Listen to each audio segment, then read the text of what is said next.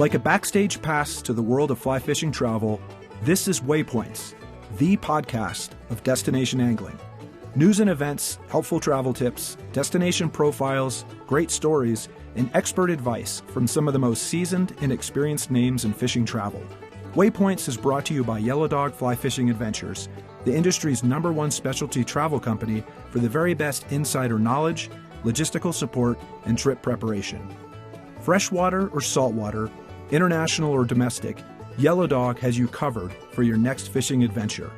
And now, your Waypoints host, Yellow Dog founder and director, Jim Klug.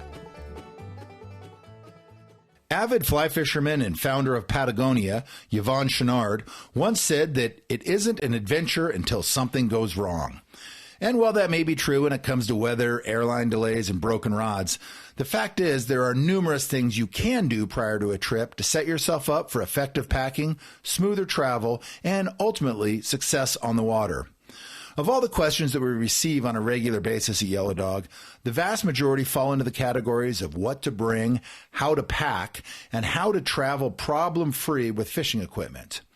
And we all know that these days there are so many rules and regulations about what you can carry on versus what you have to check, in addition to weight limits, size restrictions, and more. This can be especially challenging for the typical gear junkie that is always inclined to pack an entire fly shop worth of gear and equipment when hitting the road. We know that luggage regulations and protocols can vary by country and even by airline, and oftentimes the rules are confusing. On top of that, airline personnel and security screeners can interpret and enforce rules on an arbitrary basis, something that can have a huge impact when attempting to carry on gear and equipment.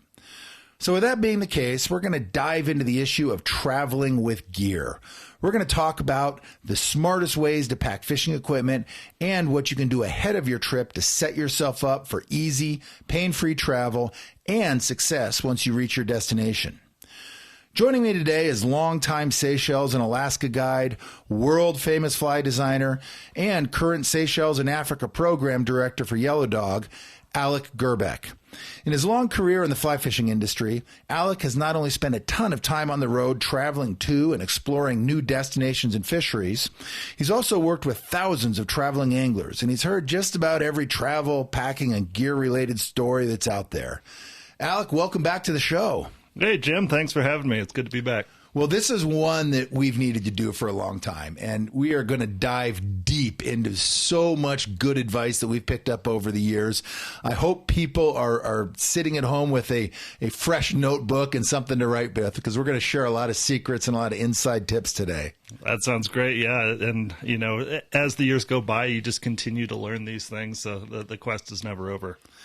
That's right. Now, you've spent your fair share of time in airports and traveling to distant destinations via plane, train, and automobiles, we say. And I would probably add like boat, donkey, bus, raft, skiff, drift boat, just about every other form of transportation. The list is long.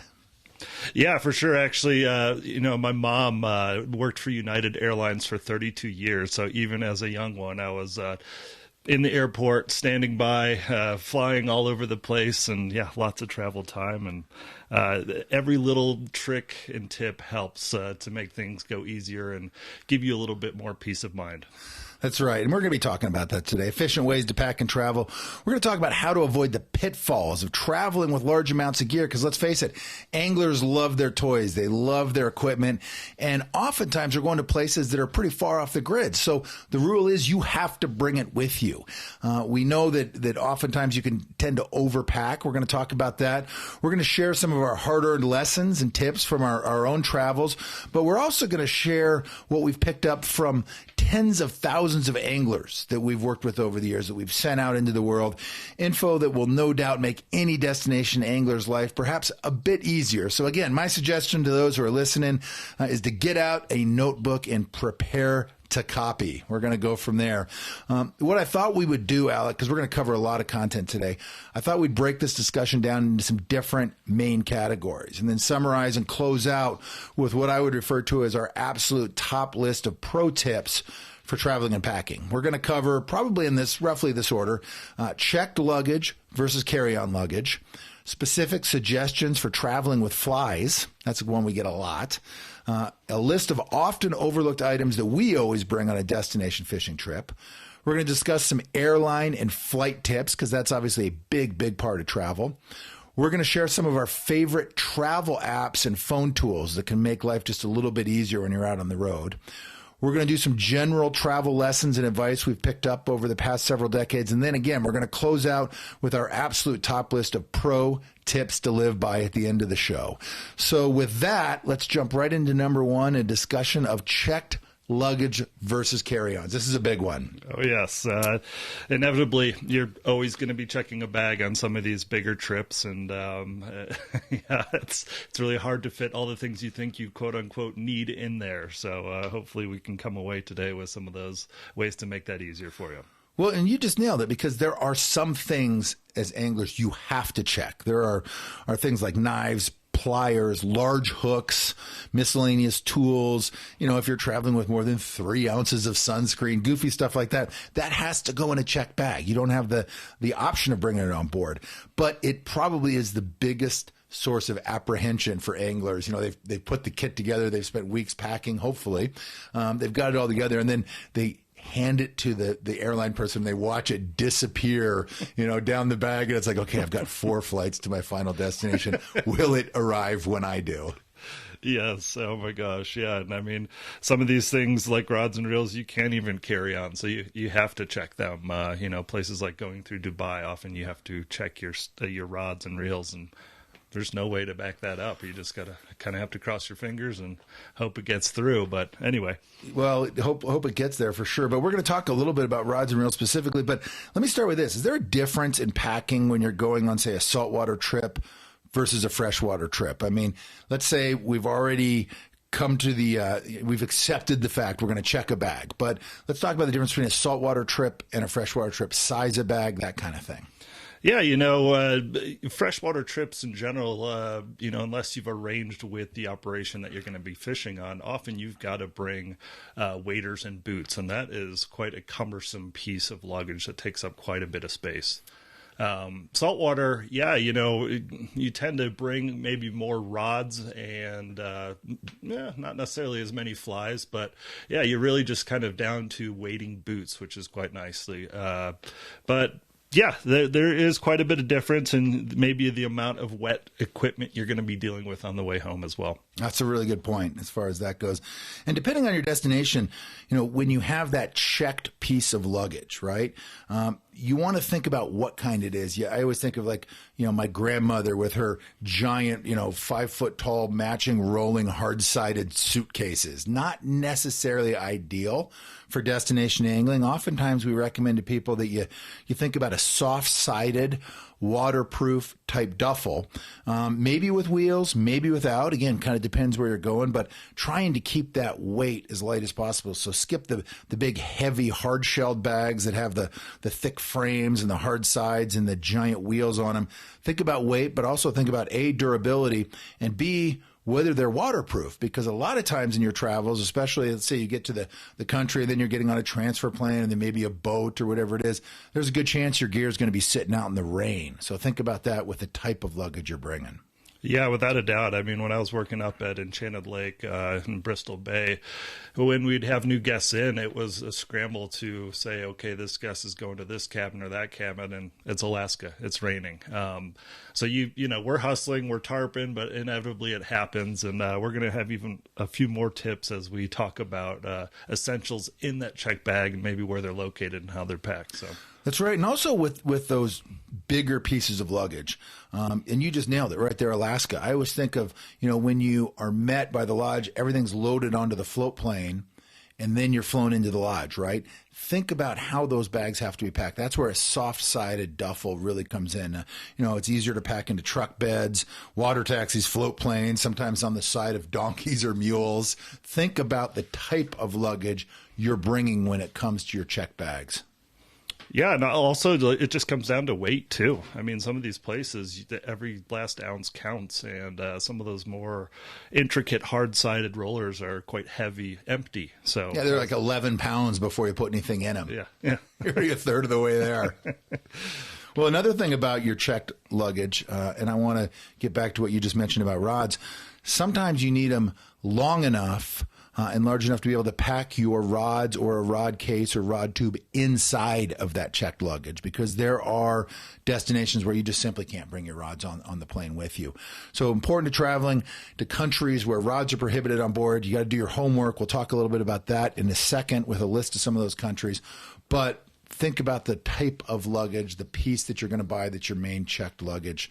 And that leads us back into weight. Always pack light. That is a huge rule of traveling when possible.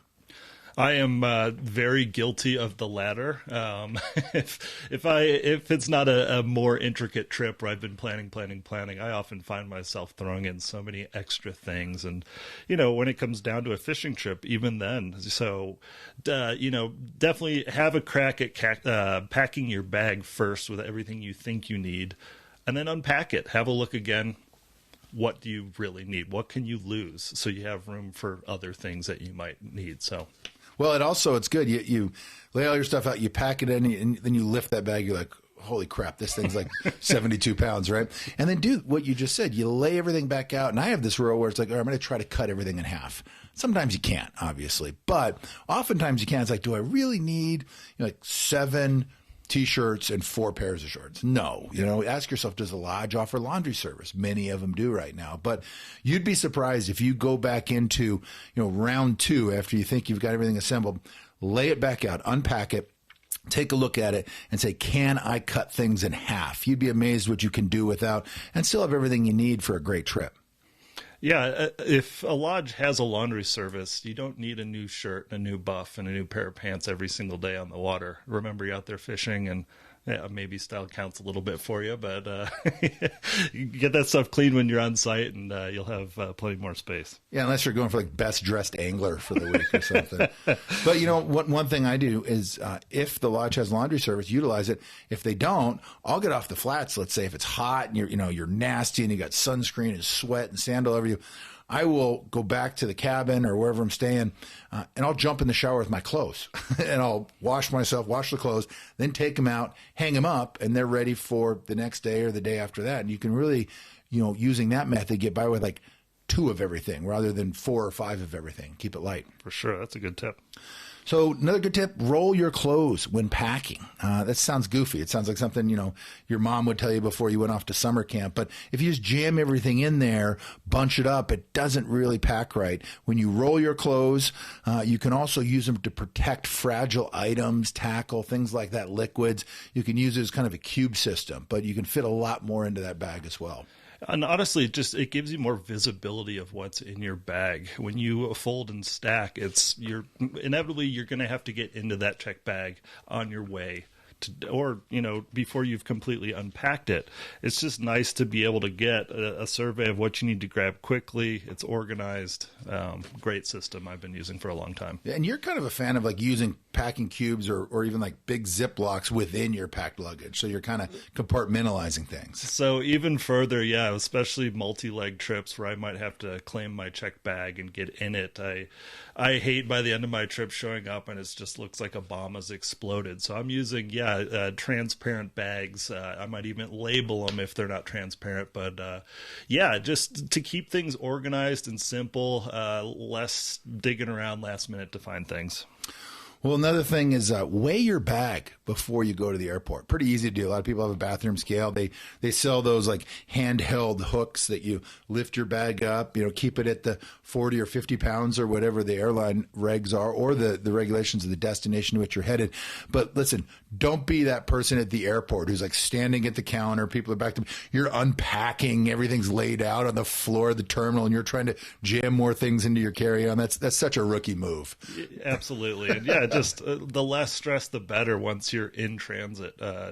Being organized, being set, just so you're not having last minute things like that pop up. And, in some situations, like in the Seychelles, for example, you don't have an option of necessarily repacking a bag or redistributing or paying more money for a heavy bag. Make sure that you are that right weight so you don't have to worry about it. Yeah, it's not just a fee. It's like you just simply cannot bring it in certain places. Yeah.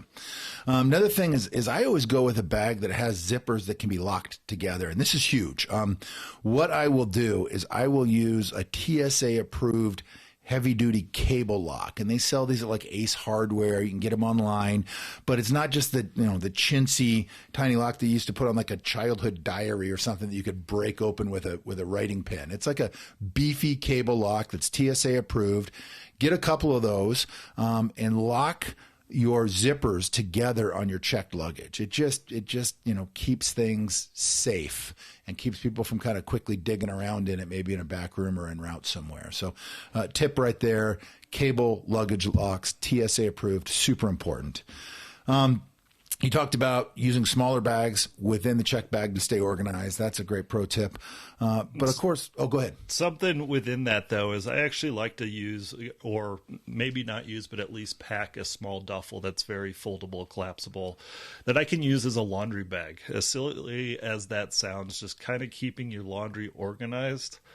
Again, little peace of mind, keeps it separate from your clean clothes if you're working out of your checked bag the whole week sort of thing. So little tip I've used when I was a sales rep too. A lot of nights in the hotels. There you go. Anyway. Right on. Well, of course, all good things having to do with your checked luggage, which, inevitably is probably going to be a part of it. I've talked to a lot of people that are like, no, I'm going to carry everything on. But then you have to leave things like pliers and tools and sometimes large hooks and large liquid behind, right?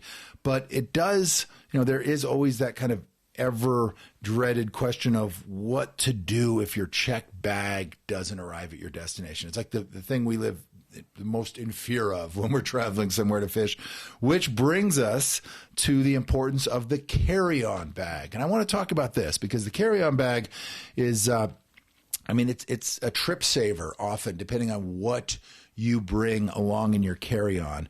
And we always tell our clients to include items in their carry-on that will allow them to still be in the game for at least a day or two if their bags are delayed or even lost. I've done trips where, for the whole week or even 10 days, your check luggage never showed up. So what you had in your carry-on was what you had to fish with. And keep that in mind when you're packing it. We've got a list we use a lot at Yellow Dog. Alex, share that with us, some of the key things you might want to consider bringing along in your carry-on. Yeah, I just consider these the vitals. Obviously you're going to have your important travel documents and money and things like that. But again, it's just in case of emergency, you can at least operate for that trip that you've waited for all this time and not be disturbed. So yeah, a set of fishing clothes, very simple. Again, you can recycle these for more than one day. Maybe your bag comes the next day and all set. Sunglasses, that's an obvious one. Fishing hat. Water bottle. A lot of destinations will have water bottles for you to use maybe on the boat, but it's really nice to have a water bottle in your cabin or in your room for kind of that early morning or late night, whatever it may be. Camera with batteries, a small amount of sunscreen, possibly wading boots. This is a funny one for the Seychelles. Again, people are really restricted on weight. And if you wear the boots, that's part of your body weight. It's a great little hack for you to get in a couple extra pounds. A few snacks. I'm a big advocate of this.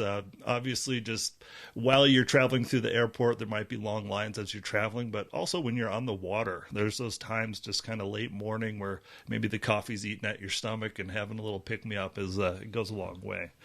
Your laptop, computer, or iPad, cash, headphones, key medications, which have to be labeled, by the way. That's a big one. You can't just have a random Ziploc full of colorful pills when you go into some of these countries. Like, keep the labels on there so that people know what they are. Yeah. Your personal toiletries kit, your passport, all important travel documents and itinerary. And for me, what I've found is getting myself a little brief or a folder, something that this stuff can live in and not get scrunched. It just keeps you organized and all in one place if you have to find it. Yeah, that's a great list for your carry-on because, again, let's say your check bags are delayed. You've got everything you need to be in the game until it arrives, which is huge. You don't want to be sitting around being like, well, I don't have any of this stuff. I don't have my sunglasses. I don't have any sunscreen. It's terrible. It's a terrible feeling when it doesn't arrive anyway. And I will say that we do see that less and less. 10 years ago, I think that was more of a problem with lost bags. The airlines, to their credit, there's a lot of things they're not good at, but they've gotten a lot better at keeping checked luggage with traveling anglers. The losses and delays are certainly not as common as they used to be, which is good news. It is good news, but yes, still live and die by this. It does happen. I had a group where it happened and they didn't have their stuff the whole week. Thank God there are other anglers there could help them, kind of fill in the holes too. And yeah, they had their backpack and they were able to fish and had a great time. And that leads us to what type of carry-on. And there's, backpacks are certainly a popular one, smaller duffels, camera bags, things like that. Personally, I'm a fan of the waterproof backpacks, and there's some really good ones out there. Fish Pond makes one called the Thunderhead waterproof backpack. It's like 28 liters. The Yeti Ponga waterproof pack, also 28 liters. Simms makes a couple. They make a Dry Creek Z, which is 25 liters. Or if you want to, take the kitchen sink with you in your carry-on, they make the G3 Guide Backpack, which is 50 liters. And then there's one, the Patagonia Stormfront. I think they've discontinued this. It's a 30-liter bag. They're getting harder to find, but that was one of my all-time favorites. Any of these waterproof backpacks are great for carry-ons. The list that Alec just read down, all of that stuff can fit inside that bag. And then when you get to your destination, that transitions into your on-water bag where you're carrying your flies, your leader and tippet, extra sunglasses, your camera, your raincoat, all the stuff that you want for a day out on the water. That carry-on bag that got you to your destination then becomes your on-water kit bag for your week of fishing. Yeah, I live in my waterproof backpack. I mean, it turns into my boat bag once I'm on the skiff and keeps you organized. And I like how solid it feels as far as having all my essentials in there, whether it's a bunch of money or something like that. You have to work that T-zip. So it's everything with a purpose, someone, worst case scenario can't necessarily sneak up and, undo your bag and get in there without you knowing, sort of thing. Yeah. And all those ones we just read off, Patagonia, Fish Pond, Yeti, Simms, all really good products, but seriously consider a high quality waterproof backpack for your carry-on piece of luggage. They're great.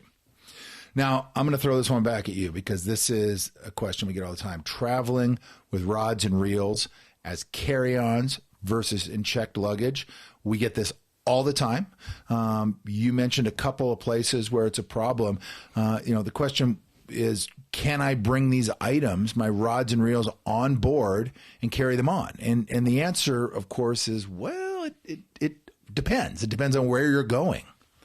Yeah, honestly, it could say in the regulations that it's fine, and then you meet the TSA agent that's having a bad day, and it's not fine. So be flexible and talk to your program director that you've booked the trip through, because they've worked with hundreds and hundreds of people that have taken the same trip and can at least give you some troubleshooting ideas if you were to run into a situation. But yeah, it's do I check it or do I carry it? And there's a lot of different ways about going at that. I would say, first and foremost, if you're able to check or able to carry on, getting yourself a bag that's going to be able to facilitate many rods and reels within it. It's just going to save you a lot of space, a lot of weight. And they're, quite comfortable to carry in hand or over shoulder as opposed to juggling rod tubes. That's like the multi-rod and reel vault cases. I know, again, Simms makes a great one. I think it's the GTS.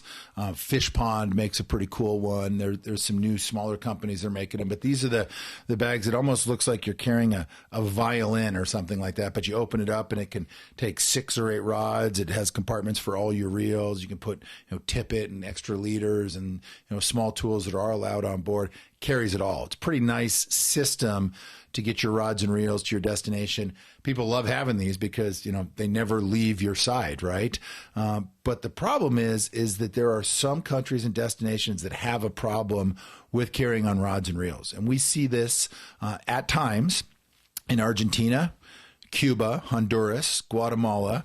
You mentioned Dubai. And Mongolia. Those are the big ones where it can get tricky. Also, if you're a steelhead fisherman headed to Vancouver for some reason, that's a little bit of a problem area. And in fact, lately we've even seen this in certain U.S. cities, like Miami is giving anglers a lot of grief for whatever reason. Now, according to the TSA's policies, and if you go to their website, this is their language pulled right from the regulations, quote, fishing rods are permitted in carry-on and checked bags. However, passengers should check with the airline to confirm that the fishing rod rods fit within size limitations for carry-on items. Sharp fishing tackle that may be considered dangerous, such as large fish hooks, should be sheathed, securely wrapped, and packed in your checked bags. Like other high-value objects, you may wish to pack expensive reels or fragile tackle that does not pose a security threat in your carry-on bags. Now, that's TSA's language. I actually have this printed out from the website on a piece of paper that's folded up. It's in my carry-on. And once or twice in the past when someone's like, I don't think you can bring those on, I've actually pulled out those regulations, showed them to the TSA agent, and they're like, oh, okay, I guess you can. And they let you through. So not a bad idea. But some places you just are not going to be allowed, whether it's the gate agent for an airline or that kind of third-tier security when you're walking down the jetway and the guy says, oh, no, you can't bring these on. Now you're stuck because you can't really argue with those security people. And as you mentioned, Alec, that maybe it's somebody having a bad day, but it doesn't matter because now they've got their hackles up and they're not going to let you bring that on board. And what do? You're kind of midway onto the plane. Your check bags are already long gone, right? And you've got rods and reels that they want you to take out and tell you have to check them. That's a problem. Yes, big time. So oftentimes I think, again, depending on the country, you may want to go ahead and pack those rods and reels in your check bags. I think it's important. And again, with your larger checked bag, I like something like the Patagonia Black Hole. I think it's a 110-liter big duffel bag, either wheeled or without wheels. They do both. They fit rods in there, no problem. Yeah, that's the thing. And, whether you wanted to continue to use that kind of vault system bag that's going to hold multiple rods and reels at the same time, that'll be able to fit in there. Or another thing that I actually like to do and recommend to a lot of my folks going to the Seychelles is actually get one of those cardboard mailer tubes. You can fit 3 rods inside that. Just take them out of their socks. You've got caps on either end. That thing is rock solid. It's going to protect your rods great and be very light. Yeah, or leave them in the socks, but take them out of the big tubes, right? And so you just have 3 rods. Sometimes they can fit 4 or 5 if you get the larger diameter poster tubes. But you can get those at any office supply store. Those things are awesome to fit in your checked bag. Now, we talked about the rod and reel kind of vault cases. Those aren't a bad idea. Very popular with anglers. Again, check the regs if you can bring them on board. If you're using a booking agent, they're sending anglers there a lot, and they can tell you if there have been any problems or any hiccups with people bringing those onto the airplane. What's ironic is sometimes we talk about like the Middle East, the Seychelles, some of these African destinations, Argentina, Cuba. Going there is not a problem, right? Right. Coming home can often be a problem when you're checking in with the security in those countries. That's something to think about. But of course, it's not as big a deal checking that stuff coming home because you're not worried about having it for your fishing. A little easier going on the way home. You're like, I can, if my bags get delayed 4 or 5 days and find me at home, that's fine. On the way down, it's a little more imperative that you have that stuff with you. One other thing, there's some kind of cool new lightweight, I guess they call them burrito rolls. Right. And Patagonia, Fish Pond are making these. They're super light. You kind of roll them out, then you tuck the rods in there and you roll them back up. It kind of looks like a poster tube, and they weigh nothing. Not a lot of rigidity on them, so I don't know that you'd want to check those. Certainly not on their own, maybe in your check bag. But for a carry-on with rods specifically, it's not a bad idea. You can fit a lot of rods in there. Oh, for sure. It keeps them really organized. And, example, if it was kind of that last stretch where you can visibly watch that piece get loaded onto the plane on top of the bags, it's totally going to be protected. But, yeah, I would kind of avoid traveling transfers with that bag and checking it. That would be more of a carry-on piece. Yeah, for sure. And rods in general, I mean, if you can avoid checking something that screams, hey, this is full of fly rods, it's small and thin, it can either get knocked off the belt or forgotten on a baggage cart because people just don't see it, or it's just a target, right? They're like, oh, this must be full of high-end fly rods. So something to think about. Reels, and this is crazy, Alec. I've seen a number of problems. We see this a lot in Canada, especially in BC, flying through Vancouver, Venezuela, again, Cuba, Dubai, certain areas in Mexico, such as Baja. They are telling people at times you are not allowed to bring fly reels on board, not because of the reel itself, but because of the line and the backing. And this is the craziest thing I've ever heard. they say they're a security threat. They call them restraining devices. Like you're going to tie up the pilots or other passengers with, your wait forward 9 floating line. But this kills me because when I've heard that logic from a security person, like, oh, it's a restraining device, you're not allowed to bring this on board. I'm like, oh, so you must be confiscating everyone's belts and shoelaces that are flying on the plane too. And of course they're not. But again, if it's a problem, check those reels. Make sure they're padded in your luggage. If they're not packed the right way, oftentimes a reel handle can bend or actually break off. So pad them really well. I like to line them up with the handles facing each other and then wrap them up in clothes, put them kind of in the center of the bag so they're not easy to find if somebody's got slippery fingers, or just overall to protect them. So a good thing to think about. But that's the thing with rods and reels, I guess, is, can I carry them on? It depends. It depends on where you're going. If you're not sure, a good kind of rule of thumb is just to go ahead and plan to pack them in your checked luggage. Yeah, and one more thing to think about too are these operations are getting better and better about having a rental fleet of sorts for you to use during the week, whether it's free or paid, whatever it may be. That's also a strong consideration if you're really tight on weight or room, things like that, or if your bags did get lost, rest assured you will be able to at least use some of that rental gear to get you through. Yeah, and it's a great backup plan too. So it's like, oh, geez, I'm going to the Salts, 10,000 miles away. I guess I'm going to have to bring 7 different rods. It's like, no, you can bring 3 or 4 if they have demo or loaner equipment, and then you can count on their stuff as backups. Yes. Well, let's move on to the next big topic, and I know you're an expert on this one with your background in fly tying, fly design, and all your travels, but specific suggestions for traveling with flies. Tell us, what is your system when you're going on a kind of long distance destination trip with flights involved, checked luggage, carry-on luggage? What's your system for traveling with flies and boxes of flies? Yeah, so definitely a hoarder of flies. Being a big fly tyer, I always spend way too much time preparing for the trip and end up using about 4 of the flies because, that's just how it is. But what I have found more and more is that, I like to have one kind of warehouse box that's going to carry a lot of my flies. And then I'm going to have what is going to be my working box. And that working box is something that I will actually try to carry on with me. This is going to be an assortment of kind of the go-to flies for all the different species you might be fishing that will get you through if your check bag does not make it there. So maybe 1 to 2 dozen flies in that smaller collection. Correct. And then, that bigger warehouse of flies, that like boat box or something, whatever you end up using, I can just constantly revisit each day, or it can, live in my waterproof backpack on the boat sort of thing. But I just like a streamlined system where I am not taking up so much space with 4 bugger boxes and everything like that personally. So take the large quantity of flies, the big boxes, they go in your checked luggage, and then you have a small box that goes in your carry-on.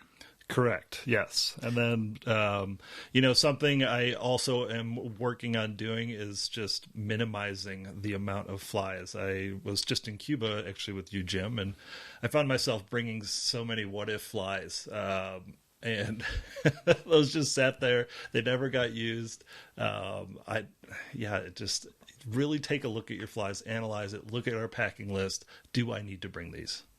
Yeah, it's hard because especially, if you're a tyer or just a great consumer and you buy a lot of flies, you want to have that stuff with you, right? It's awesome to open up that box and have everything under the sun. Yep. But, a good rule I have for destination fishing is unless you have been there before or you've talked to, your agent or program manager and they're like, this is the pattern. You want to make sure you have at least a dozen of these in this size or whatever it may be. I oftentimes like to go broad as opposed to going deep.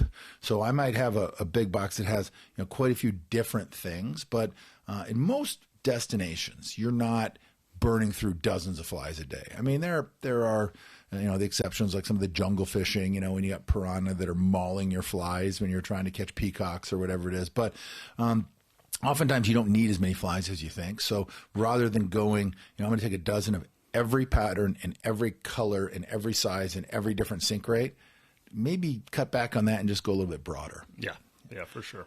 So again, TSA regulations, and this is what's really goofy. They tell you that you can bring fishing flies in your carry-on, but their definition is small flies. That's it. That's all they say. Very specific. Thank you. Right. So, again, oftentimes you're at the mercy of kind of the gatekeepers at security where, probably trout flies or small bonefish flies, you're probably going to be okay, right?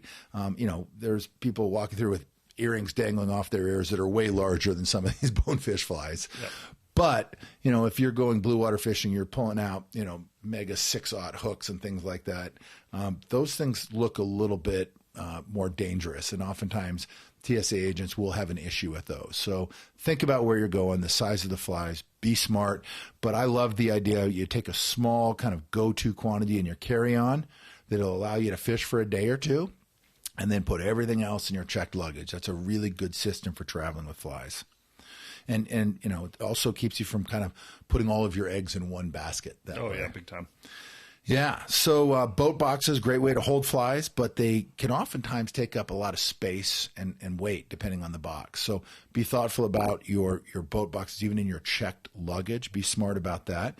And I also like to bring some Ziploc bags where if it's the kind of, let's say it's tarpon flies, right, where they can kind of, get stacked a little bit and maybe, lay flat versus something that has big hackles on it that you don't want to. Ziploc bags are a great fly storage system for transportation, and they kind of keep the bulk and the size small.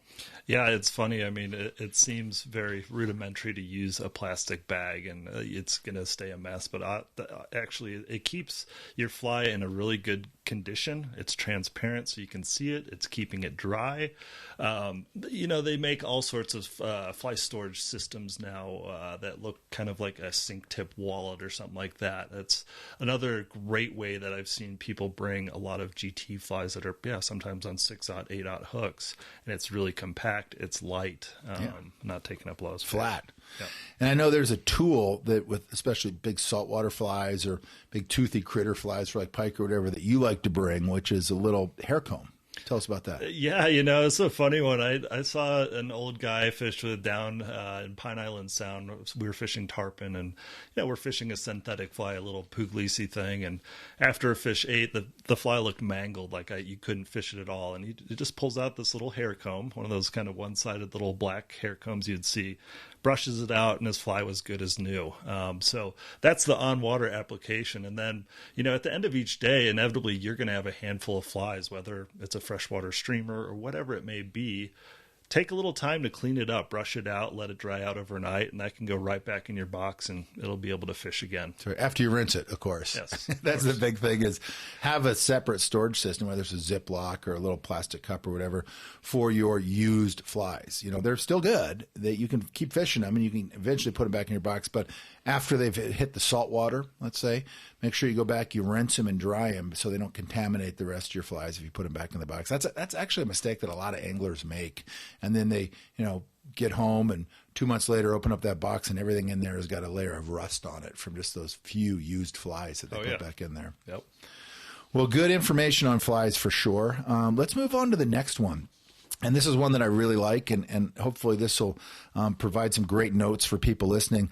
Often overlooked items that we always bring on destination fishing trips. Now, we are huge proponents of packing lists, and for every destination that we book and offer to people, we have really detailed equipment packing lists from A to Z.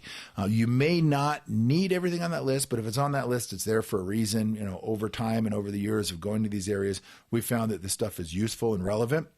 So we love our packing lists, but there are oftentimes things that if people are doing it on their own or they're kind of rushing to put their stuff together that they forget about. So let's talk a little bit about a few kind of quick things that people may overlook. Give us the list as you have it. Yeah, these are, not necessarily very fishing forward. These are comfort items, but they go a long way in some of these more remote locations. The first one would be a power converter and a small multi-plug outlet with USB ports included. things are always changing overseas, whether the boat is new or old that you are living on. It could have those US adapters, or you might have the room that still has the old one. Just be prepared. And, we're going to provide you with, what the country's specific outlet may be. But when you have one of these adapters, it just really allows you to be ready to plug in at the airport or wherever it may be.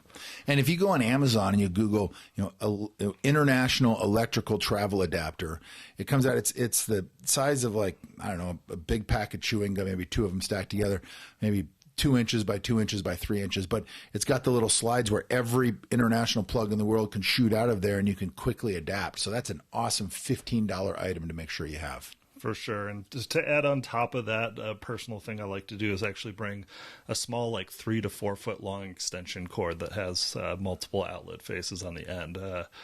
Sometimes there's that one outlet in your room and it's behind your bed and it's hard to get to, and you have a lot of things to charge. But anyway, always take a portable charging battery pack and USB cord. It might be the plane that you're on. You don't have a plug that you can charge your phone on or computer on. So being able to recharge while you're laying over in that next airport and needing the logistics from your apps and things like that, very good piece to have. A small notebook and pen. Sometimes you will neglect this, but if you have it, it's going to come in handy when you need it. Absolutely. This is a very vital piece.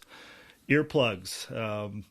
For sleeping yourself, whether it's just a loud area or maybe you have a noisy bunkmate. that could save the nights, I'll tell you. Yeah. A couple extra luggage locks. Zip ties do work in a pinch too. This is a great thing to use. This is a big one for me, a basic first aid kit. Whether you make it yourself or you buy one of these kind of pre-packaged ones, like the Adventure Medical Kits, they have a super solid selection that kind of range with how many days you're going to be away and how many people are going to be on your trip. They're very compact. They're made to, go on backpacking trips and stuff like that. So they're very conscious of its size. Super important item. And then you can kind of customize it with whatever other little things you want to put into that emergency medical kit. Yes. A flashlight or headlamp. Yeah, I don't leave home without my headlamp. Most of the places you might have great rooms, great light in your rooms and everywhere else, but you never know, middle of the night or whatever it may be, it's just really convenient. Maybe the generator gets shut off at the lodge, whatever it is. Sure. Or night mission to go catch snook at a dock or something like that. You never know. Duct tape, that's just to fix anything. Duct tape saves the world. Yeah. A bar of soap, you never know. You could be staying in a hotel and they don't have it, or it's just a really nice piece to have. Yeah, my favorite is you get to where you're going for the weekend. There's a little sliver of soap about the size of a piece of bazooka chewing gum. And you're like, great, that's my soap for the week. I always bring a bar of soap for the shower. Again, carry your own water bottle. Most of these places might have water bottles for you, but whether you're in the airport and filling up or bedside at nighttime, it's a nice thing to have. Next thing is a water treatment of some sort. So electrolyte tablets or powders. These are great. There's a lot of companies out there, Drip Drop, Noom, Liquid IV. And this is a way to stay hydrated on the water. At least in my world where I'm booking a lot of people to the Seychelles, we're dealing with a lot of desalinated water that's had all those nutrients taken out that help keep you hydrated. So having that in there really keeps you in the game. And then it might come down to they just have some funky tasting water at this destination. You want to mask that a little bit. Snacks, again, keep you focused on the water, keep you going in the airport if there's long lines. Lip balm, this is a funny one. I'm guilty of this often, and now I just really make sure that's always in my DOP kit. You might have all the best sunscreen in the world, you forget your lips, and by day 3, you're bleeding. So make sure it does have some SPF in there. Fly tying materials, kind of optional, obviously, if you're not a fly tyer, but this can also be a great gift to the guides at the end of the week. Inevitably, one of them's a fly tyer, and it's really hard to get materials there if you're not going to be tying with it yourself. A Leatherman style tool. This is another one that is an absolute necessary one for me. Whether it's a personal mechanical issue with like a rod or getting a reel off a rod or dealing with a reel maintenance of some sort, or when you're on the boat. You might be on a boat in, who knows, Mexico or something like that, where they don't have a complete toolkit out there. And it might be as simple as, flipping off the cowling and adjusting a screw. And if you had that for them, that would save the day. A lighter that can come up, in so many situations where you might need that. And then a Ziploc for my fishing pack. This is kind of my fishing toiletry bag, if you will. I know I'm going to be using it. It's not necessarily fishing forward, but very handy to have in a dry place, transparent so I can see it. So within that, I'm going to put some toilet paper for one obvious use, but also a great use for cleaning sunglasses. It does a really good job wiping the grease off of there. Line cleaner. I like to use just like kind of those single-use disposables when I'm out there and can just put it back in my Ziploc when I'm done. Real lube, if you're a cork drag guy, it's nice to have that stuff with you. Sunglass and camera lens cleaners, those little alcohol wipes. This would be kind of an alternative to using that toilet paper. Those are very nice to use. You put all those in a Ziploc, and that goes in your daily boat bag. Yes, Yeah. that would live in my waterproof backpack. Yep. Sharpie marker. I would recommend actually a couple colors of these, black and red at least. You might have almost the perfect fly, for example, and your guy just wants red tips on the claws or something like that, and you can change that. So it definitely comes in handy. And if your buddy falls asleep, in the lodge bar early, and things get a little sporty, it's nice to have a Sharpie. Yeah. Spare fly lines. This is an obvious one. Not every location is going to have spare fly lines, and that can kind of put your rod out of commission if you don't have a spare line and the line breaks, for example, gets caught in the motor, whatever it may be. Small Bluetooth speaker. This is becoming more and more popular. Some people might not be into this. Totally get it if you're not, but they're great to have around, maybe après fishing or when you're on the boat. It's great to have some music. Inevitably, there's going to be some quiet time on the boat, and it's nice to have some tunes to enjoy maybe during lunchtime or something. That's one of like my that. favorite things. I always love music when I'm fishing. Yes. Yeah. And then a trash bag for wet fishing clothes or wading boots for your trip home. Chances are that very last day you fished, you're not going to have time to completely dry that stuff out and put it back in your bag. And unless you want to infect your bag of the smell of moldy, mildewy wading boots, it's nice to kind of isolate that from the rest of your gear. And then the last one would be a travel coffee mug. Again, you might want to enjoy some coffee when you're on the float plane, getting to the river, or on the skiff on the way to the first flat. It's a really nice piece to have. Yeah, bring that Yeti mug with you. It'll come in handy. And then, again, at the end of the week, leave it behind for one of the guides, one of the crew. They'll appreciate it. There's a couple other random things that I always be sure to bring. And one of them is a great book that is related to the destination that I'm fishing.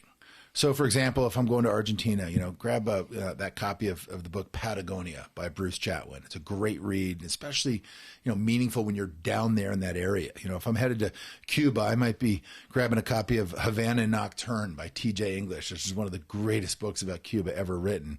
If you're going jungle fishing in Brazil, what a great time to read the Theodore Roosevelt book River of Doubt, or Seychelles. There's a hard-to-find book called Beyond the Green Reef, I think is the name of it. But it's really fun to match up a book about the destination to read while you're there. There's just something kind of special about that. So I always make sure I have that with me. You touched on this earlier, but I oftentimes will pack one of those fold-up duffel bags, depending on the destination. And this is something like REI has them. You can get them in it smashes flat to like the size of a t-shirt, but then you unzip the holding bag, you pull it out, and it's like a 3-foot long zipper duffel that, let's say, if you're going to a destination where all of your travel clothes and everything can be left kind of at the main hotel before you get on, where weight is an issue. That's really common in the Seychelles. You have a bag to leave behind so it doesn't count towards your total flight weight. Or oftentimes if you're going to a really cool place, let's say you're going to Tanzania to go tiger fishing.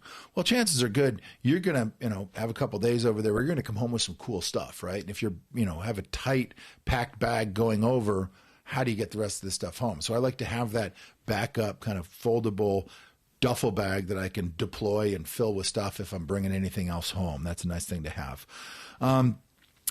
One thing that's kind of cool to think about is something to leave your guide or the crew. And this goes a long way and kind of ensures they won't forget you if and when you come back the next time.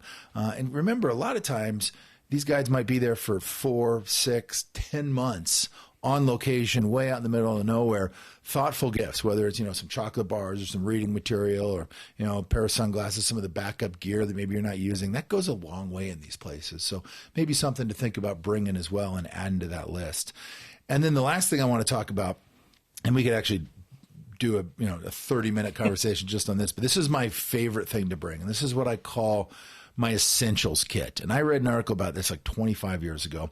And what it is, it's a small kit that is a collection of tools, repair materials, and kind of tiny doodads that can come in handy and literally save the day when things go wrong. This is, I kind of refer to this as like my traveling MacGyver kit. And what I've done is one of these old airline handouts. It's probably like 8 inches by 3 inches tall by 4 inches wide. It's like a little zippered kind of compartment bag. I fill this with a ton of little things that can literally save the trip when equipment fails or something goes wrong, from blown out flip-flops where I've had to stitch those back together with twine and a big needle, to broken rod tips, repairing those, minor field surgery for, a medical situation. Assemble your own kit and make it a part of your regular packing list. Just throw it in the gear bag whenever you're going somewhere. And again, we could, there's probably 40 or 50 little tiny items I have in mind, but to give you a quick rundown, first of all, the bag itself can be a little soft-sided zippered bag, something tiny, but, put in one of those little hotel sewing kits, repair kits. If you needed a cigar cutter, a small multi-tool with scissors, maybe a little tube of Aqua Seal that you typically get when you buy a new pair of waders, throw that in there. Some Gorilla Tape and electrician's tape. And what I'll do is I'll take a little nub of pencil, like a golf pencil, and I'll wrap duct tape and Gorilla Tape around that, throw that in there. So it's not bulky, but you have it if you need it. That black Sharpie, I've got a little short one that goes in there. Nail knot tool, fly tying scissors, always comes in handy. A little tiny tube of real oil or lubricant, for cork drags, that kind of thing. Some tubes of super glue, those little tiny one-use tubes of super glue, a razor blade, maybe a multi-tip screwdriver kit, the kind you can fix sunglasses with, a few safety pins, some rubber bands. I have a little micro Ziploc bag full of like 8 different rod tip tops. I went to a fly shop that sells rod building materials, and I bought one of every size. Let's say you break the first 4 or 5 inches off of your rod tip. No problem. You can still fish it. You just take one of those slightly larger tips, put it right on the top, and you're still in the game. Now, instead of a 9-foot rod, maybe, you have an 8-foot, 8-inch rod, but you're still fishing, right? And so that's a great thing to have. Some zip ties. Make your own list, but that essentials kit can absolutely save the trip, and it's something I never, ever leave home without.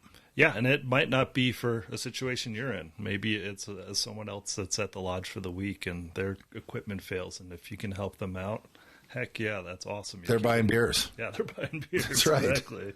Well, good stuff, and hopefully some good advice that our listeners picked up on there, but things to think about and add to that packing list. Moving on to the next section, I want to talk for just a couple minutes about some airline and flight tips. Now, this isn't necessarily related to how to pack or what to pack, but the travel process, the flights themselves are a big part of the coming and going on these adventures. So a few things that we would recommend when it comes to airline travel and the flights you're going to have to take. Number one, if you are traveling on a regular basis, make sure you qualify for TSA PreCheck. Get that on there. Look into the new Clear program. That's one of those fast track lanes. That's something that's well worth the money. We know how busy travel is these days. And when you are coming or going and you show up at the security lines or you're coming back in to Customs and Immigration with security, it can be a nightmare. And it can be hours, literally hours in some of these airports. So PreCheck and Clear are great things to have. My absolute favorite, best $100 I think I've ever spent in my life is the global entry card for coming back into the country. You literally, step into those giant receiving halls and there's like 9 giant planes coming in from all over the world. The lines are endless and you just walk right by everybody and you go to those little machines, you put your passport on there and you are through and done. Best $100 you've ever spent and probably the thing that's going to allow you to make your connection to get home that same day. When buying airline tickets, here's a good little travel hack. Focus on midweek flight deals. It's a little known fact that oftentimes on like late Wednesdays and late Thursday nights is when airlines will often adjust those flight rates. So if you're looking, especially on like a Friday or weekends, you're going to see high rates. But if you wait till midweek, oftentimes late at night, you can find better online deals. Something to think about. We recommend you always reconfirm your airline reservations the night before your trip and again before you walk out the door. Seems like common sense, but God, if we've learned anything these last couple of years, things are constantly changing. That's a big one. Something simple to do, but check all the time leading up to your trip right until the morning of departure. And then watch the weather. I mean, this is something you and I were talking about the other day, Alec, about if you can check the weather and there's going to be some pretty big chances for airline delays, get out in front of that. Yeah. Maybe you have to drive to the next city over and fly to a different destination, but at least you made the plan and you weren't stressed out about it. You just followed through and were successful and you got to your destination. That's right. I always like to bring that airline survival kit for long trips. And this is kind of something, again, that goes in the carry-on, but this is the earplugs, a few snacks, make sure you have a charged cell phone. I actually bring my little small flashlight in my carry-on because if you're on a 12-hour international flight, you might, get up in the middle of the night and have to get something out of your carry-on. That can help. Sanitizing wipes, definitely entertainment. Headphones. I'm a huge proponent of the noise-canceling headphones on those long flights. And then all your cash, some extra cash goes in there. But, have that airline survival kit. The last thing I always like to talk to clients about when it comes to air travel, and again, especially in this day and age, is the concept of when things go wrong, know how to complain. Now, this sounds kind of goofy, but, when problems arise in travel and we experience delays, how you handle this in person and on site, it's oftentimes going to determine the outcome or the solution. And what I always say is, try not to yell at the people who are working the counter. If there's weather delays or mechanical delays, whose fault it's not the person working the counter, right? They're just trying to deal with 240 upset people that are now standing at the gate. But, they're trying to do their jobs. Be nice, be kind. If you can't calmly resolve a problem on site, take some notes, and this is where that notepad pen come in. Take some good notes, get names, get details, take some pictures if you want. That always helps. And then follow up immediately with a phone call to the airline's customer service number. Even if you're standing at the gate, the lines are long, sometimes getting on that phone and calling the airline can help. And if all else fails, when you get home, that information you've recorded allows you to write a really good letter that oftentimes can result in some compensation or the airlines making things right. So know how to complain. That's a good point there. Big time. One thing I wanted to add here, and it's pretty obvious, but just want to reiterate, is give yourself plenty of time to arrive at the airport. It is crazier than ever, and it might be a very small 3-gate airport. You'd be surprised how much more busy it is these days, and giving yourself time to check that bag, and that bag has time to get onto the plane. Those little things, again, you're not stressed, you're not last minute. It can go a long way. Yeah, for sure. In this day and age, we see it at the Bozeman airport all the time. You used to be able to show up 20 minutes before your flight. Those days are long gone. Yeah. So be smart about that. Which brings us into the next big topic, some of our favorite travel apps and phone tools, right? And in the modern day with, we live and breathe and die by our phones, right? Like these things are super important. All our information's on there. But there's some really good travel apps that can help out. One of my favorites is called TripIt, right? It's something you download all your flights and rental cars and hotels and itineraries into, and it's all just there in one touch. That's a good one. And then I know you were talking to me earlier about airline apps. That's a big one. Yes. I mean, all the airlines are going to have an app, and it is going to notify you with any little change that's going to happen. It is such a useful tool for me to travel. And yes, turn on those notifications so that it is updating you. Oh, there's been a gate change, and it's across the airport. Well, that's quite nice to know if you didn't hear it over the intercom sort of thing. I'm a big Delta guy. I always fly Delta. They have an awesome app. I mean, it tells you to the point where like you're on the plane, all of a sudden it's like, ding, your bag has been loaded on the plane. It's like really nice peace of mind. Yeah. So communication when you're out of the country, this is a big one. Yeah, it's funny.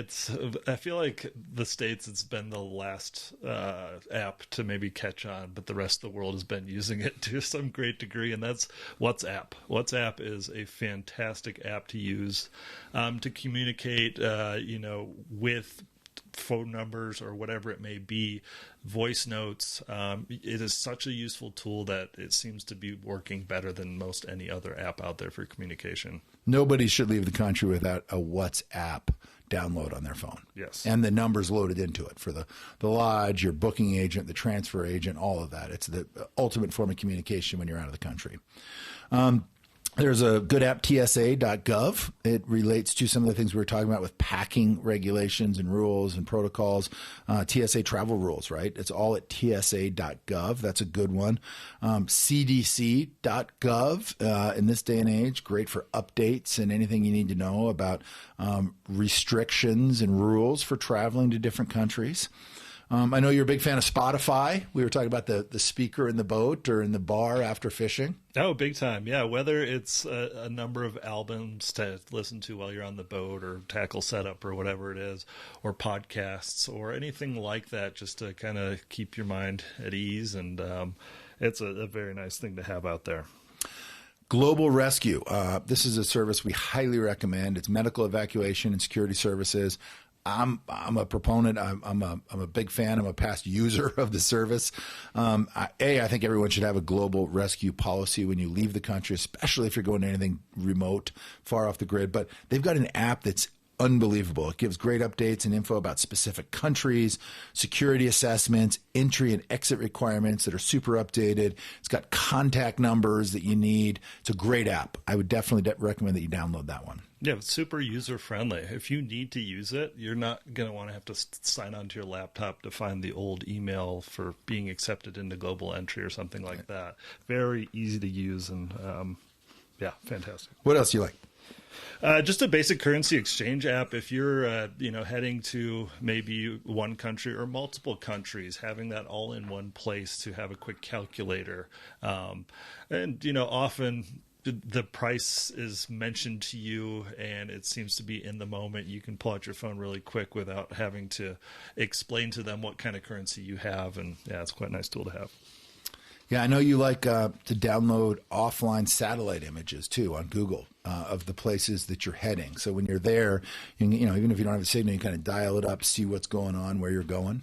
Yeah, Google Maps has this great feature where, when you're in Wi-Fi or just at least cell phone coverage, you can download a whole area. And I mean, you could download all of the Seychelles, for example. And then once you go offline, it's saved into your phone and you could zoom all the way into the finest details. And, personally, I just love to kind of see where we're going for the day or just kind of rehash at the end of the day. But it could come in handy for whatever reason as well. Yeah, if your guide gets pissed and just walks in the middle of the day or drops dead off the polling platform, you're like, all right, let's see where we are. Yeah, exactly. Other online resources for checking regulations and rules or for finding more packing information and suggestions, the Yellow Dog website and our pre-trip planning guide, super detailed. We've got a lot of great blog posts and articles and information up on the Yellow Dog website that kind of goes through a lot of the things we've been talking about today. There's tons of travel tips and how-to videos on Yellow Dog TV. And then also really review that passport information on the U.S. State Department website. That's good information to have, especially if you need to renew. This day and age, what you have on your phone can be incredibly powerful tools for travel. So be thoughtful about your apps. Make sure you download everything that could possibly help. And as long as your phone stays charged and you don't lose it, you'll be in good shape. Yeah. So let's move on to some other kind of what I call the non-equipment, non-packing specific general travel tips. All right. And these are things we've come to learn over the past 30 years of globetrotting, traveling the planet. These aren't necessarily rules. This is not advice that pertains to what to bring or how to pack, but these are good rules about just how to be a good traveler, right? We'll go through a few of these. I always recommend, when traveling to a foreign country, all right, especially one where English is not predominant, take some time to learn a few key phrases before you arrive. I think this is such a cool thing. Your guides will be impressed. The staff will be impressed. It goes a long way. Oh, big time. And yeah, I feel like also kind of some of their more customary things they do in their cultures, just to be aware of them, the maybe do's and don'ts. We're pretty footloose and fancy free here in the States. You might be heading to a place where that might make a bad impression if you did the wrong Middle thing. East, for example, know what the cultures are. Yeah. One thing I tell people is to always remember that patience is important when traveling. And this is so true these days. Don't sweat the stuff you can't control. Life is too short to be angry and annoyed. And that is not why we're going on these trips. This is fun, right? This is something we love. And so even if the process gets bumpy or difficult, patience is so important, and just be nice. Another great piece of advice, take a lot of photos. Great photos to me are the ultimate souvenir. They don't cost anything. They're easy to share with others, and they take up no space in your luggage. So, whether it's the camera on your cell phone, or if you're bringing a DSLR body, whatever it is, take lots and lots and lots of photos so you can remember the moment and share it with your friends and family when you get home. And speaking of photos, another great tip is take a photo of your passport and all of your other important documents, your itinerary, phone numbers. It's redundancy with all that stuff. Make sure if you're like, God, my bag's not here, someone, stole my carry-on, whatever. If you have that cell phone in your pocket and you can pull up all those documents and that passport picture and everything else, that's going to help in a jam. Oh, big time. Another one, we talk about valuables. Yeah, do you need them? Yeah, leave them at home. Right. I can see a watch that maybe can record some things or whatever, but yeah, in general, you don't need jewelry out there on the water. Yeah, leave the bling. Yeah, you don't need it on a fishing trip.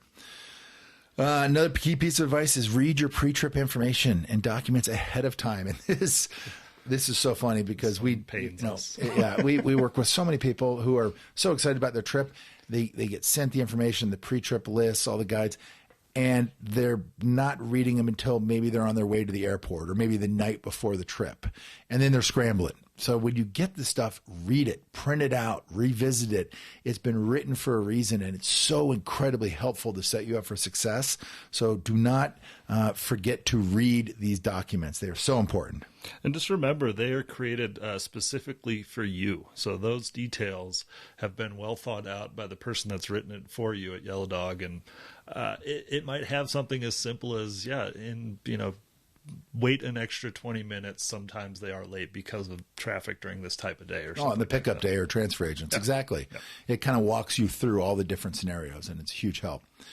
Another big piece of advice I give to people in international travel is simply don't be afraid. The world is crazy, but most of these fishing destinations are not as dangerous as the media makes it out to be.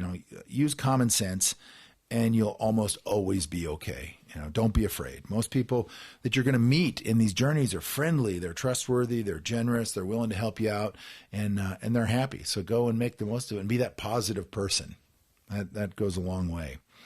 This is another one, kind of gets back to what you just said. Run through scenarios for potential travel delays or flight changes. Have a plan and know ahead of time how you could potentially handle these problems if they arise. Know what you're going to do. Yes. Have your contacts in front of you, and you've already kind of created the plan if it did happen that you can follow through. There's no kind of quick workshop in your head like, oh my gosh, what I'm going to do. I got to beat everyone else to do it because they've got the delay as well. It can just make your life so much easier. That's right. Another key piece of advice, especially on location, is communicate. All right. Let's say you get to a lodge, get to your destination, and there's something you're unhappy about, something that needs to be fixed. Speak up. Find the lodge manager, grab the fishing manager after that first day and talk to them. Ask and get the answer that you're hoping for. Oftentimes we talk to people and they're like, everything was great, but boy, I had this one problem with this guide or with some play, and I didn't want to say anything. I didn't want to make a big deal of it. So they kind of suffered through for the week, and then we're hearing about it once they get home. It's like, don't do that. Speak up and let the people that are running the operation, the managers, the people in charge, let them fix it for you and make it better. That's their job. Absolutely. I mean, this even comes down to communicating with your guide. He might assume you just want to cast at permit all day, and you wanted to cast at bonefish all day, talk to them. They are so ready to facilitate a good day of catching fish, whatever it may be, or change a leader or whatever it is. Don't wait till the end of the day and be like, oh, I'm down to 3 feet and my guide never wanted me to change my leader. It's like, ask them to if you don't know how to. Speak up. Yeah. That's right. And then lastly, be open-minded. There's lots of cultural differences out there. And it's one of the reasons we travel, is to expose ourselves to that and experience that. And I say all the time, this world would be such a better place if there were more open-minded people that had actually taken some time to travel and see what else is out there in the world.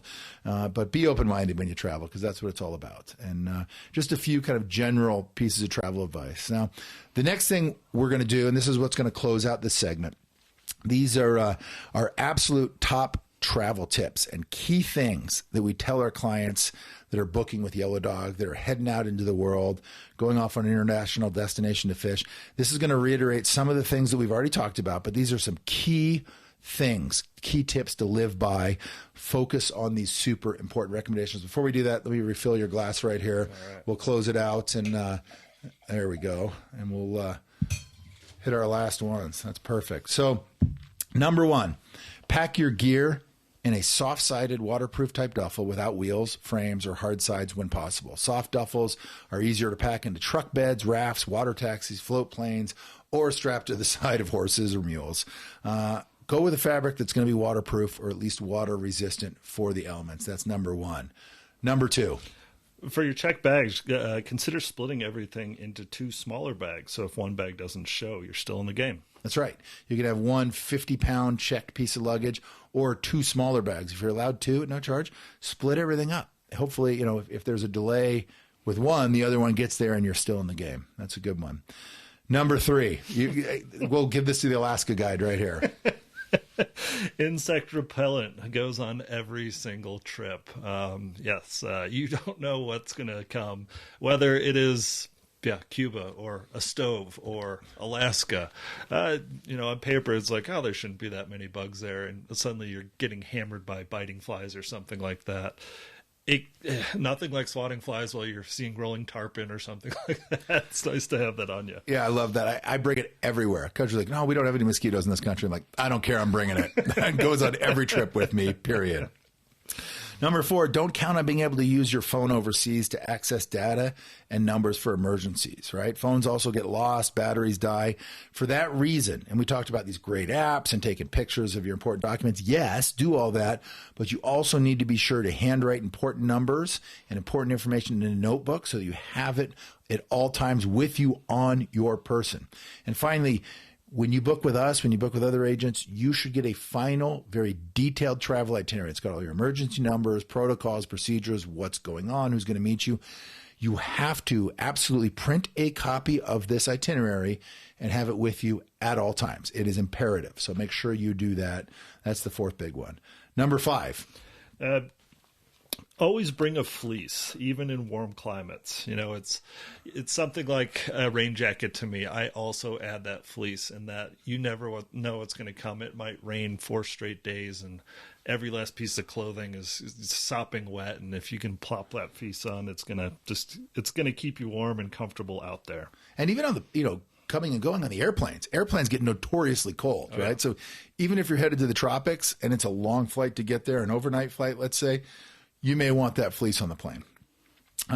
This is another one. It pertains to how you pack, but I might not bring my rain jacket, let's say, in my carry-on. Okay, there's just not space for it. They can be a little bulky.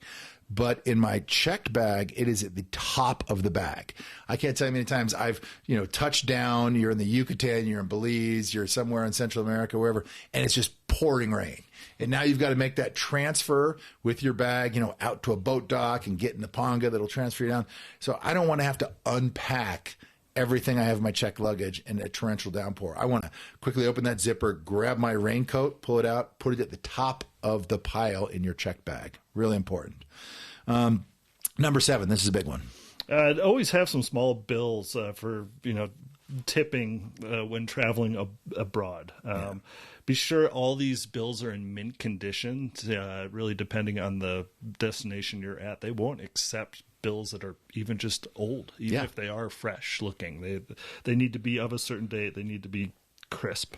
And if there's writing on them, if they're stamped, if they're torn, a lot of times they're not accepted in foreign countries. I never realized this till I started traveling to some of these far off places where you hand them a 20 or a 50 or 100. And if that bill's damaged or out of date or there's any markings on it, they won't take it. They can't use it. Can't use it. It's no good. And speaking of cash, here's another really important tip.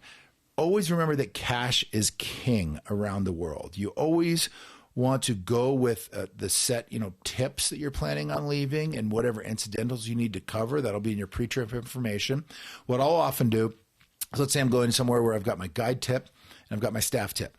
I will literally kind of approximate what this is going to be. I'll put it in an envelope before I leave home, the cash amount. I'll seal it, and on one I'll write guide tips, and the other I'll write staff tips. And then at the end of the week, when you're going to collect these or handing them to the lodge manager, you just grab it out of your bag and you're done. You're not worried about counting cash and trying to figure this out. You know you've got it. It's been put aside. But I always bring extra cash, my emergency stash with me when I'm leaving the country.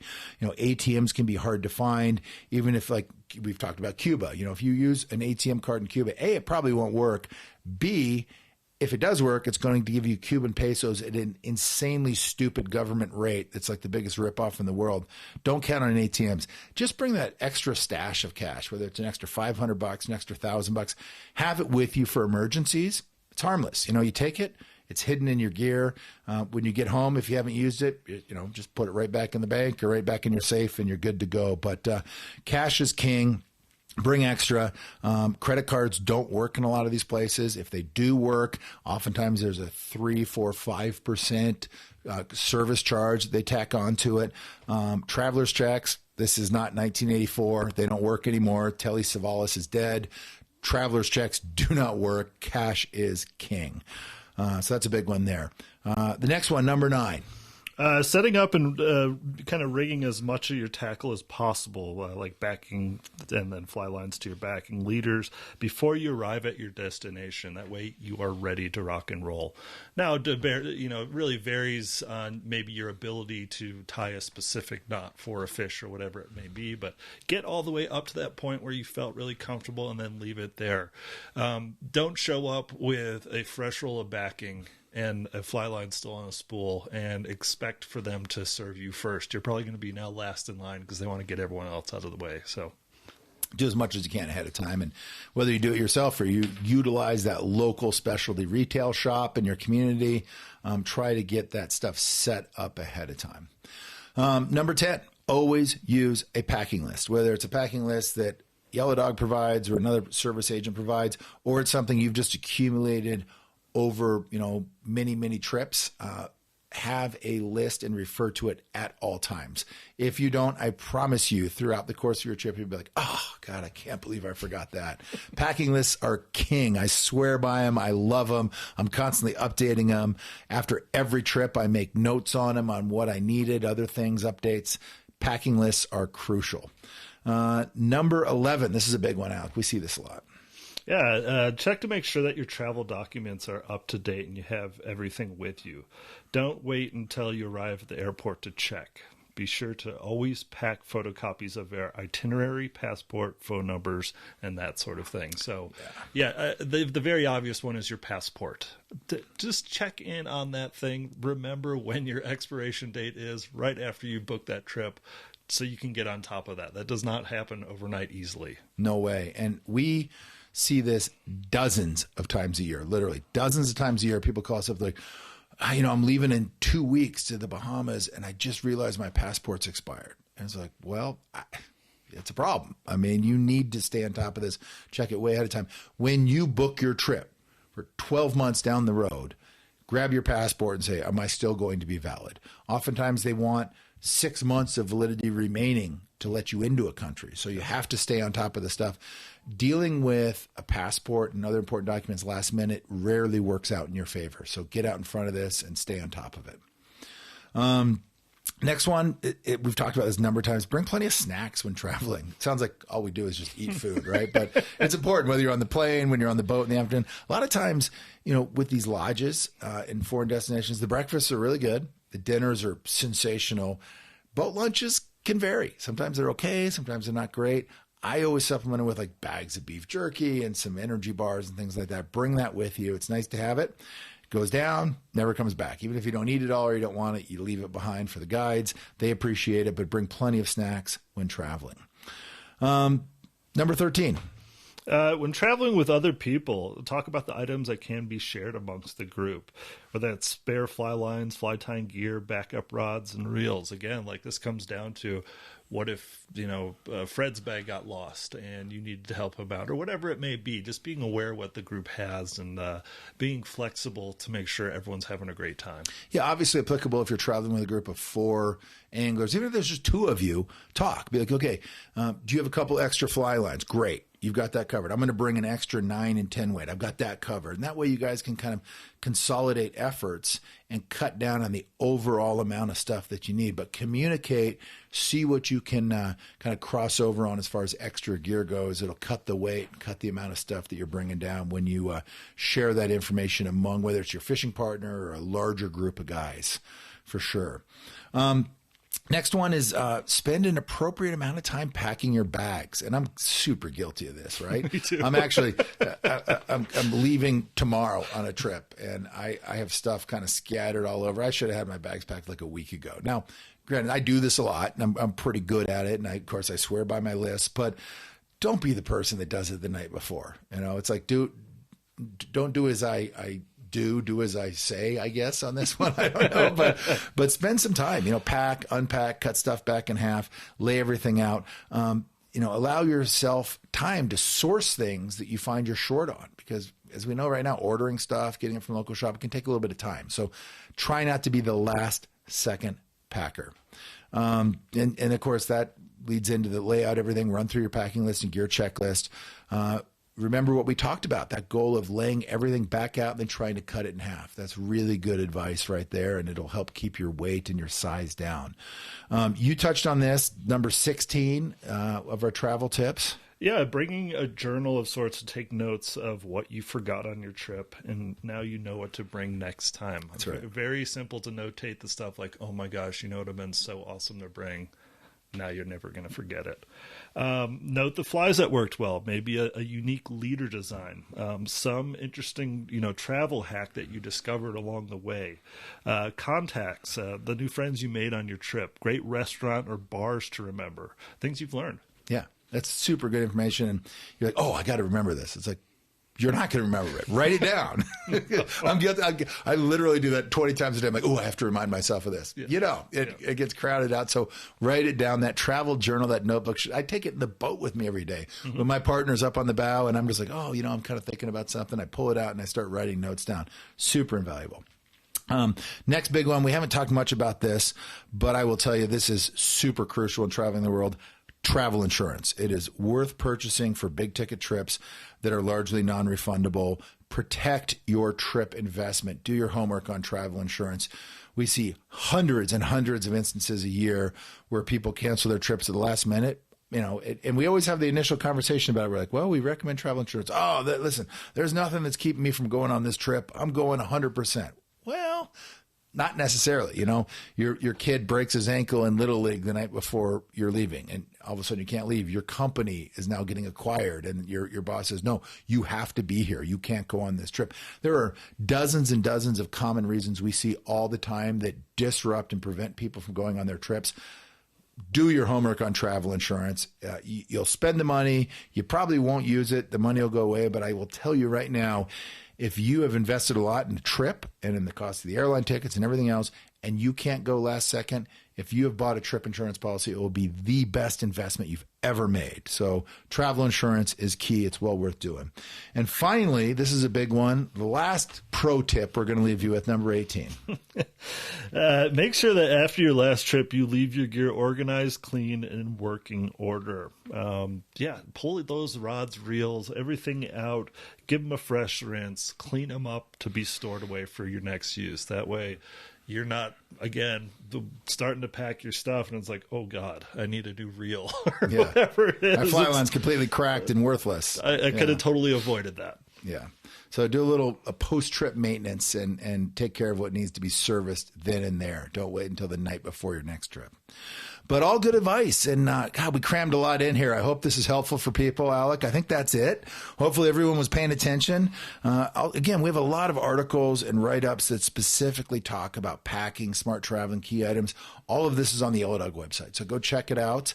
And any parting words for us? Any final words of wisdom to our listeners, Alec?